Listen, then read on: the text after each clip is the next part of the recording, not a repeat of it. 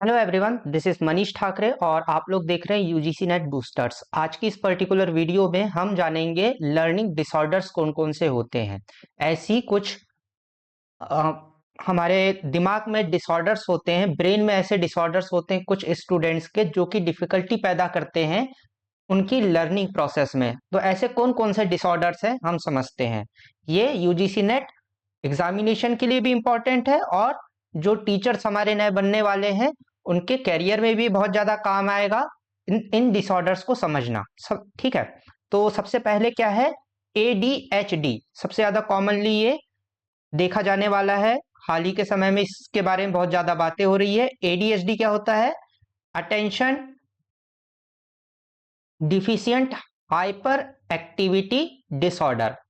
क्या होता है कि इसके नाम से ये बहुत ज्यादा ये अपने आप को डिफाइन कर ले रहा है कि अटेंशन में क्या होती है, दिक्कतें होती है और हाइपर एक्टिविटी देखने को मिलती है। यानी कि एक जगह पे आप जो है वो स्थिर नहीं रह पाता है दिमाग, और एक्टिविटी जो फिजिकल एक्टिविटी क्या होती है वो बहुत ज्यादा क्विक होती है, बहुत ज्यादा प्रोएक्टिव होती है, हाइपर होती है। ठीक है।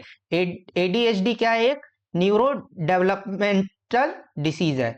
ये न्यूरोलॉजिकल डिसीज है जिसमें क्या होता है कि स्टूडेंट किसी एक चीज में फोकस नहीं कर पाता है ज्यादा देर तक के। ठीक है। डिफिकल्टी टू सस्टेनिंग अटेंशन, किसी प्रकार की अटेंशन को ज्यादा देर तक के सस्टेन करने में डिफिकल्टी होती है। केयरलेस मिस्टेक्स हो जाती है, बगैर जाने अनजाने में बहुत सारी गलतियां हो जाती है। फॉरगेटफुलनेस होती है, बहुत ज्यादा भुलक्कड़पन रहता है और डिसऑर्गेनाइजेशन हमको देखने को मिलता है। डिसऑर्गेनाइज रहते हैं बहुत ज्यादा। ठीक है। हाइपर एक्टिविटी रहती है, बहुत ज्यादा तेज एक्शंस होता है, रिफ्लेक्स एक्शंस बहुत ज्यादा तेज होते हैं इन लोगों के, है ना। इन एबिलिटी टू स्टे स्टेबल, एक जगह खड़े रहना, सीधे सीधे बात कर पाना बहुत ज्यादा मुश्किल होता है। ठीक है जी। एक्सेसिव टॉकिंग, बहुत सारा बातें करना, इन बातें करते हैं ये बहुत ज्यादा एंजाइटी से भरे हुए रहते हैं हमेशा, है ना। और इम्पल्सिव होते हैं बहुत ज्यादा, है ना। इम्पल्सिविटी हमको देखने को बहुत ज्यादा मिलती है ऐसे स्टूडेंट्स में। ठीक है जी। तो सबसे पहले क्या है, एडीएचडी है जिसमें हमको क्या देखने को मिलता है, हाइपर एक्टिविटी देखने को मिलती है, अटेंशन बहुत ज्यादा लूज होता है, कम होता है, केयरलेस मिस्टेक्स होती है, डिसओरिएंटेड होते हैं, डिसऑर्गेनाइज्ड होते हैं। ठीक है। इनमें बहुत ज्यादा हाइपर एक्टिविटी होती है, बहुत ज्यादा अच्छा इनका रिफ्लेक्स एक्शन रहता है, बहुत ज्यादा फिजिकली एक्टिव होते हैं। ठीक है जी। और बहुत ज्यादा इंपल्सिव होते हैं। इसके बाद में हमको दूसरी क्या देखने को मिलती है, डिसकैलकुलिया, है ना। नाम से ही सेल्फ डिफाइन है कि कैलकुलेशंस करने में ऐसे बच्चों को बहुत ज्यादा डिफिकल्टी होती है। ठीक है। इसमें हमको क्या देखने को मिलता है कि नंबर्स समझ में नहीं आते हैं, जैसे कि काउंटिंग समझ में नहीं आएगी और नंबर्स को रिकॉग्नाइज करना बहुत ज्यादा मुश्किल होता है ऐसे स्टूडेंट्स के लिए जिनको डिसकैलकुलिया है। ठीक है। इनको ट्रबल होती है बेसिक अर्थमेटिक्स में, एडिशन और सब्सट्रैक्शन करने में भी इनको तकलीफ होती है, इनको समझ में नहीं आते नंबर, है ना। इसके बाद में क्या है, struggling with time management, time management में इनको बहुत ज्यादा तकलीफ होती है। किसी भी चीज के सीक्वेंसिंग में बहुत ज्यादा दिक्कत होती है, चाहे वो वर्क का हो या किसी ऑब्जेक्ट्स का हो, ये उसको सही सीक्वेंस में अरेंज नहीं कर पाते हैं, है ना। स्टैटिकल रीजनिंग इनको समझ में नहीं आती, मतलब जहां पर भी न्यूमेरिकल वाली चीजें आ जाती है, जिस भी चीज में नंबर्स इन्वॉल्व हो जाते हैं, ये उनको बिल्कुल भी समझ में नहीं आता है।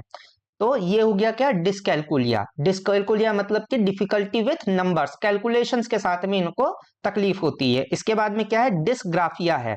फिर से ये सेल्फ डिस्क्राइब्ड है।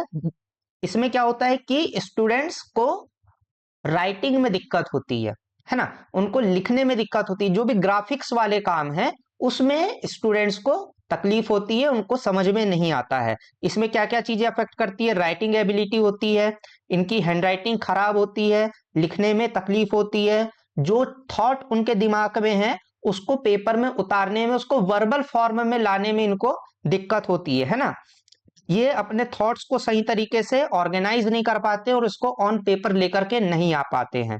इसमें क्या क्या सिम्टम्स है, सिम्टम्स में है कि पुअर हैंडराइटिंग होगी, हैंड राइटिंग इनकी बिल्कुल भी अच्छी नहीं होगी, ठीक है जी। बहुत सालों बाद मुझे अभी पता चल रहा है कि मुझे भी थोड़ा थोड़ा डिस्ग्राफिया है, ठीक है। इसके बाद में क्या होगा, difficulty to spelling, spelling, writing spelling है ना, ये स्पेलिंग को सही तरीके से लिख नहीं पाएंगे, बार बार स्पेलिंग्स में गलती होगी और रेगुलर गलती होगी, ये वाला भी सिम्टम मेरे अंदर है ना। स्ट्रगल विद ऑर्गेनाइजिंग थॉट्स, सही तरीके से अपने थॉट्स को ऑर्गेनाइज नहीं कर पाएंगे और उसको रिटर्न फॉर्म में कन्वर्ट नहीं कर पाते हैं, तो ये क्या हो गया, डिस्ग्राफिया हो गया। डिस्ग्राफिया में हम ग्राफिक्स की बात कर रहे हैं। ग्राफिक्स हमारे स्टडी में ग्राफिक्स कहां पर आती है, हमारे स्टडी में ग्राफिक्स आती है वर्ड्स के फॉर्म में। तो हमको जो डिस्ग्राफिया वाले होते हैं उनको वर्ड समझ में नहीं आते हैं, उनको डिफिकल्टी होती है रिटर्न फॉर्म में कुछ भी चीज को लिखने में, लिख करके उनको समझने में, स्पेलिंग मिस्टेक्स होती है, जो थॉट्स है उनको वर्ड्स में कन्वर्ट करके लिखने में दिक्कत होती है, ठीक है। इसके बाद में क्या आता है, डिसलेक्सिया आता है। कॉमनली बहुत सारे बार आपने सुने भी होंगे कि डिसलेक्सिया हो गया है। डिसलेक्सिया का क्या मतलब है कि dyslexia is a specific learning disorder that primarily affect the reading skills. क्या नहीं हो सकती, रीडिंग स्किल्स अच्छे से नहीं हो सकती है। डिस्ग्राफिया में हम लिख अच्छे से नहीं पा रहे हैं, हम मतलब जिसको भी डिस्ग्राफिया है वो सही तरीके से लिख नहीं पा रहा है, और डिसलेक्सिया में पढ़ नहीं पा रहा है, ठीक है जी। It involves difficulty with accurate और फ्लुएंट वर्ड रिकॉग्निशन। सही तरीके से क्या होता है कि वर्ड रिकॉग्निशन सही तरीके से नहीं होता है, सही आप स्पेलिंग्स को आइडेंटिफाई नहीं कर पाते हैं और डिकोडिंग नहीं कर पाते हैं जो भी लिखा हुआ है उसके लिए, ठीक है। इसके सिम्टम्स क्या क्या होंगे, डिफिकल्टी टू रीडिंग अलाउड, आप जोर से पढ़ नहीं पाएंगे, स्लो रीडिंग हो जाएगी आपकी आपकी मतलब जिसको भी डिसलेक्सिया है उसकी। इसके बाद में क्या है, प्रॉब्लम्स विद स्पेलिंग, स्पेलिंग आप मिस्टेक करेंगे, स्पेलिंग्स आप गलत पढ़ लेंगे।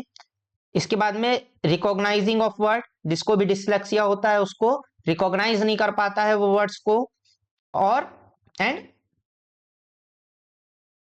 फोनोलॉजिकल प्रोसेसिंग, मतलब कि जो भी लिखा हुआ है उसको पढ़ करके उसकी मीनिंग फाइंड आउट करने को हम फोनोलॉजी बोलते हैं, ठीक है जी। इसके बाद में trouble to understand what is read, जो भी पढ़ा हुआ है उसका मतलब क्या होता है ये समझने में बहुत ज्यादा दिक्कत होती है, ठीक है। डिस्पाइट नॉर्मल इंटेलिजेंस, इंटेलिजेंस उनके पास में रहेगा, आईक्यू में कोई कमी नहीं है, लेकिन पढ़ करके समझने की एबिलिटी कम है, ठीक है जी। इसके बाद में क्या है, डिस्फेसिया या अफेसिया बोल सकते हैं, ठीक है जी। डिस्फेसिया और अफेसिया क्या होता है, इसमें often used interchangeably with AfrAsia, AfrAsia के साथ में इसको इंटरचेंजेबली हम यूज कर सकते हैं, यदि एग्जाम में डिस्फेसिया के बदले अफेसिया आ जाए तो कंफ्यूज नहीं होना है, ठीक है जी। ये क्या होती है, लैंग्वेज डिसऑर्डर है, ठीक है जी। अफेक्ट क्या करता है ये, production and comprehension of speech and ability to read और राइट, ठीक है जी। ये ज्यादातर हम इसको लैंग्वेज के पर्सपेक्टिव में देखते हैं, ठीक है जी। आपको लैंग्वेज, आपको यानी जिसको भी ये पर्टिकुलर प्रॉब्लम है उसको क्या नहीं समझ में आता है, लैंग्वेज समझ में नहीं आती है, स्पीचेस समझ में नहीं आते हैं, सेंटेंस का स्ट्रक्चर समझ में नहीं आता है, ठीक है जी। किसी हर लैंग्वेज की स्ट्रक्चर अलग अलग होता है ना, इंग्लिश का एक स्ट्रक्चर है, हिंदी का अलग स्ट्रक्चर है, ठीक है। तो वर्ड का या लैंग्वेज का स्ट्रक्चर इन डिसीज वालों को समझ में नहीं आता है, इन डिसेबिलिटीज वालों को समझ में अच्छे से नहीं आता है। इसका सिम्टम क्या क्या है, difficulty to finding right word, सही वर्ड ढूंढने में इनको दिक्कत होती है।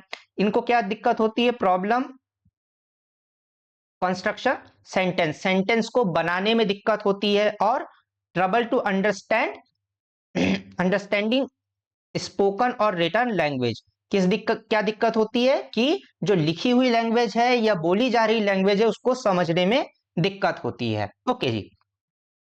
इसको क्रक्स में समझ लेते हैं सभी हमारे डिसऑर्डर्स को, और इसमें कुछ एडिशनल और भी डिसऑर्डर्स है जिनके बारे में हमको जानने की जरूरत है, ठीक है जी। एडीएचडी क्या होता है, जब हम सही तरीके से फोकस नहीं कर पाते हैं, इसके बाद में स्टेइंग ऑर्गेनाइज नहीं रह पाते हैं, और टेकिंग टाइम, है ना जी, टू कॉम्प्रिहेंड टास्क, कोई भी टास्क को समझने में ज्यादा टाइम लगता है। इसके बाद में डिसकैलकुलिया किन लोगों को होता है? डिसकैलकुलिया उन लोगों को होता है जिसको नंबर समझ में नहीं आते हैं, मैथ्स की प्रॉब्लम्स को सॉल्व नहीं कर पा रहा है और काउंटिंग नहीं कर पा रहा है। इसके बाद में डिसग्राफिया किन को होता है? जिनकी पुअर हैंडराइटिंग होती है, ट्रबल टू स्पेलिंग होती है, डिफिकल्ट ऑर्गेनाइजिंग रिटर्न वर्क्स, है ना जी, जो रिटर्न वर्क्स को सही तरीके से ऑर्गेनाइज नहीं कर पाते हैं। इसके बाद में डिसलेक्सिया किसको होता है? जो कि जिसको डिफिकल्टी होती है रीडिंग में, स्पेलिंग में और understanding the written text. Okay जी। इसके बाद में डिसफेसिया या अफेसिया किसको होता है? जिसको लैंग्वेज के साथ में प्रॉब्लम होती है, ठीक है जी, उनको लैंग्वेज समझ में नहीं आती है और साथ में जो वो चाहे वो रिटर्न फॉर्म में हो चाहे वो ऑडिबल फॉर्म में हो, है ना, चाहे बोली गई हो या लिखी गई हो, उनको लैंग्वेज समझ में नहीं आती है, लैंग्वेज का स्ट्रक्चर समझ में नहीं आता है। इसके बाद में ऑडिटरी प्रोसेस डिसऑर्डर क्या होता है? ऑडिटरी प्रोसेसिंग डिसऑर्डर वो होता है जब आप वर्बल इंस्ट्रक्शंस को, जो भी स्टूडेंट है जो कि इस पर्टिकुलर डिसऑर्डर से ग्रसित है, वो क्या नहीं कर पाता है? वर्बल इंस्ट्रक्शंस को और डिस्प्लाइजिंग सिमिलर साउंड, जब सिमिलर साउंड्स आ रहे हैं उनको समझ में नहीं आता है। कोई वर्ड ऐसा है जो सिमिलर साउंड करते हैं, दो वर्ड्स, तो इन दोनों के बीच में वो अंतर नहीं बता पाता है, ठीक है जी।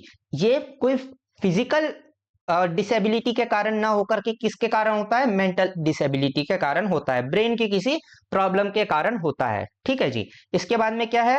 Virtual processing disorder.